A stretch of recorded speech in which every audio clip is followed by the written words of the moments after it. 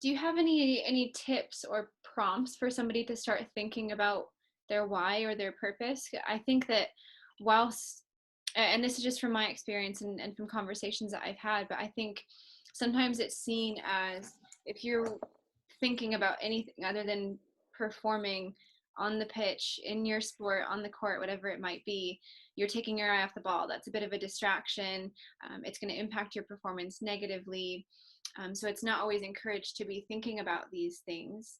And granted, whilst I was competing, I probably would have felt the same way. I would have felt like I want to give everything into just competing and performing and starting. And if I take my eye off the ball, I might lose my spot or whatever it might be. So when it comes to thinking about a purpose or thinking about having a multifaceted identity and not just being a professional sports person or an ex-professional, but actually the whole person. Sometimes it's this more reactive approach as opposed to a proactive approach. It's responding when you're put in a position where you're forced to think about it or something happens and now you have to adapt or react. And then you're going to start thinking about who you are because you have no other choice. So what sort of maybe tips or suggestions or prompts could somebody use as steps towards finding that why? Yeah, and I think it's, from a performance standpoint, it's a little two pronged. I think there's two ideas here. I'd say the best visual representation I have of athletes living their purpose and articulating their purpose before they perform is probably New Zealand, is the All Blacks athletes. I think they're most famously known for the rugby team because they're, you know, FYI, the best sports team in the world, percentage wise. And but their other All Blacks sports do the haka as well. And so for those of you who've not seen the haka before, it's right before the sporting event begins. The players line up in kind of a pyramid formation, and they very passionately do this native chant that has a dance with it. And if you were to try to guess what they were saying, it looks like they're saying, "We're going to kill you and take all of your possessions." And it looks very violent, but what they're actually doing is that they are claiming who they are as a people.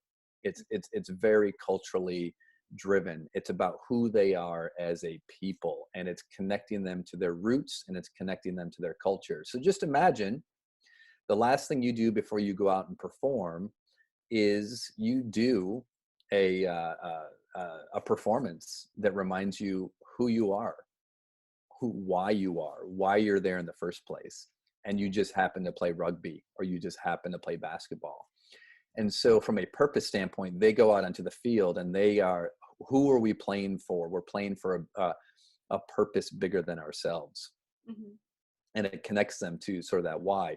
Once the competition actually begins, now their focus probably isn't about who they're playing for. Their focus is on the actual activity of what they're doing. And so if you're distracted thinking about who you're playing for, well, you're probably not then thinking about, what are the one or two things that you need to do in this moment to be effective. And I think for athletes, this idea of being distracted, what is distraction? It is a thought that is taking you away from action. You are distracted.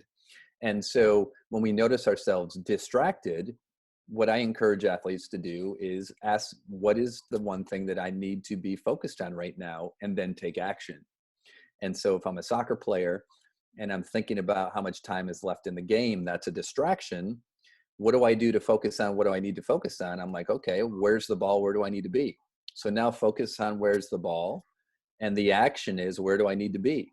It's a very, very simple approach to mental focus. I'm not thinking about the score. I'm not thinking about the referee. I'm not thinking about how tired I am. I'm not thinking about anything else. I'm thinking about where's the ball? Where do I need to be? So our thought has us focused on action Mm-hmm. instead of any other element that actually prevents us from taking action. And so I think from that approach, um, and I think we've seen it during this pandemic, working with the national team.